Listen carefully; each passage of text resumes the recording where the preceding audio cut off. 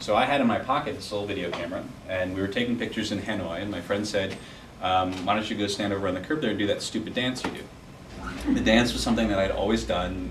I can't remember when I started doing it, but I used to do it at work when it was time to go to lunch and people weren't getting up and I was antsy to go to lunch, so I'd kind of go next to their desk and do this.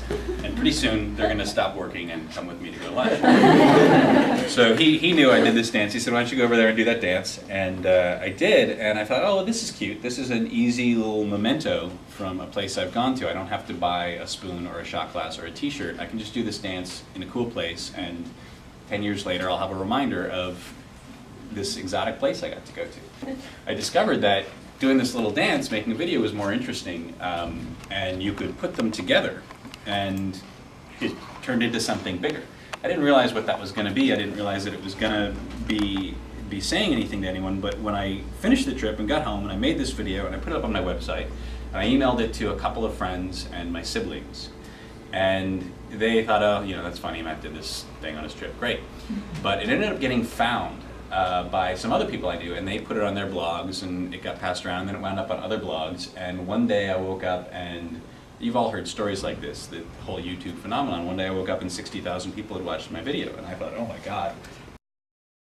It's funny, where you can explode on the internet, and it gets passed around on sites like Reddit and Dig, and then you can explode in the media space, where suddenly TV shows are calling you Good Morning America, Ellen, and newspapers and stuff like that, and it's really distinct. Something happened that put it over the edge where I started getting invited on TV shows and all that. Wow. And that was really, really crazy.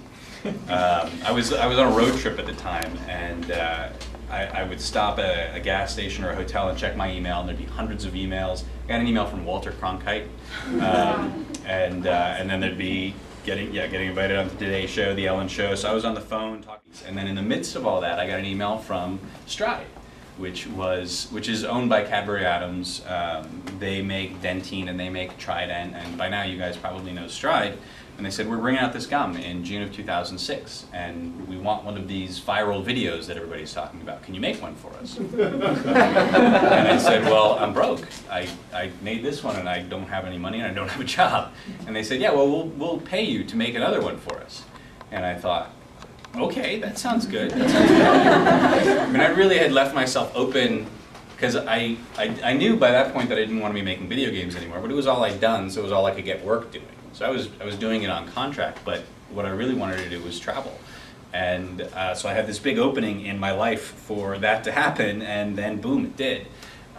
So January of 2006, I left on a 6-month trip around the world. Suddenly I had a budget, I had a sponsor, and I said, I'm gonna make this the time of my life. I'm gonna go to every